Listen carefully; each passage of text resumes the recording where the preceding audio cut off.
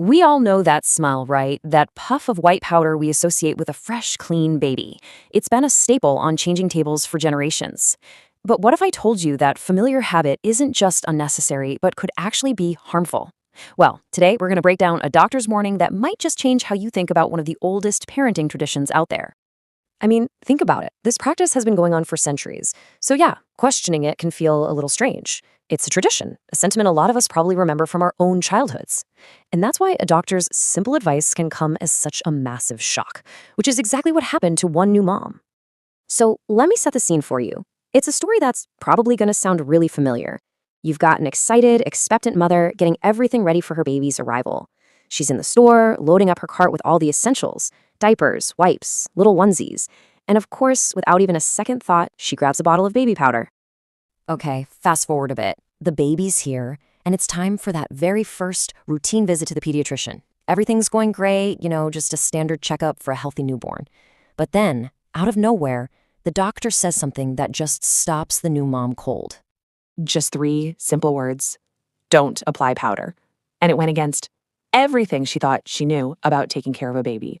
She was completely stunned. I mean, everybody uses it, right? That one little moment is what sent her down a rabbit hole to find out why, and what she discovered is exactly what we're about to break down.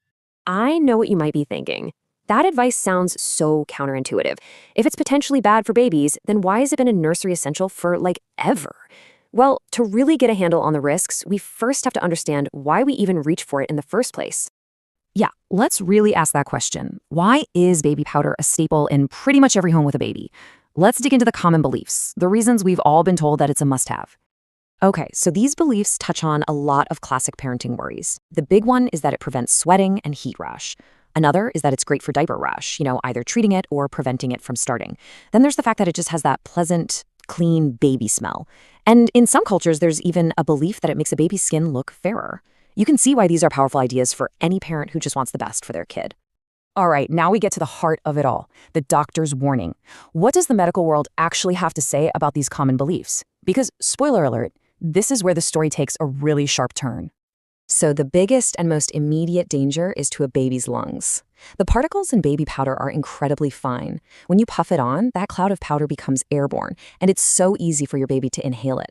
This can cause serious irritation and even long-term damage to their little developing respiratory system. And for premature babies or kids with conditions like asthma, this is especially dangerous. Now, this is fascinating because it turns out powder can completely backfire. It can actually make rashes worse. Here's how. You apply the powder to your baby's skin, which might be a little sweaty, but because a baby's sweat glands are still developing, that powder mixes with the sweat and forms a kind of paste. That paste then blocks the glands, so the sweat gets trapped, making the heat rash even angrier, and it can even lead to an infection. And it's not just about blocking glands. There's also the issue of what's in the powder. A baby's skin is just so sensitive. The chemicals and fragrances found in a lot of commercial powders can be way too harsh, stripping the skin's natural oils and leading to problems like painful dermatitis. This brings us to the most serious long-term risk that research has uncovered, and this is a heavy one. Multiple studies have shown a connection between using talc-based powders in the genital area on female infants and an increased risk of ovarian cancer later in life. It is a really sobering thought for a product that's been used so casually for so long. Okay, I know that is a lot to take in. It's pretty scary stuff. But here's the good news. For every single problem we thought powder was solving, there is a safer and frankly more effective solution. So let's look at what you can do instead. And the solutions are actually really simple. Worried about diaper rash? Use a proper diaper rash cream or even just coconut oil to create a protective barrier. For sweating and heat rash, the best thing you can do is keep your baby cool and dress them in light, breathable cotton clothes. And for that nice fragrance, it's best to avoid scented products altogether for the first 6 months. After that, a mild baby-safe lotion is a much better choice. So we've gone from a really deep-seated cultural habit to a clear medical warning that's supported by very practical, very safe alternatives. It's a perfect example of how parenting is always evolving. As we learn more, we're able to do better and make more informed decisions for a kid's health. And in the end, it really all comes down to this one question. When we're given new information that points to a safer path, the choice becomes pretty clear.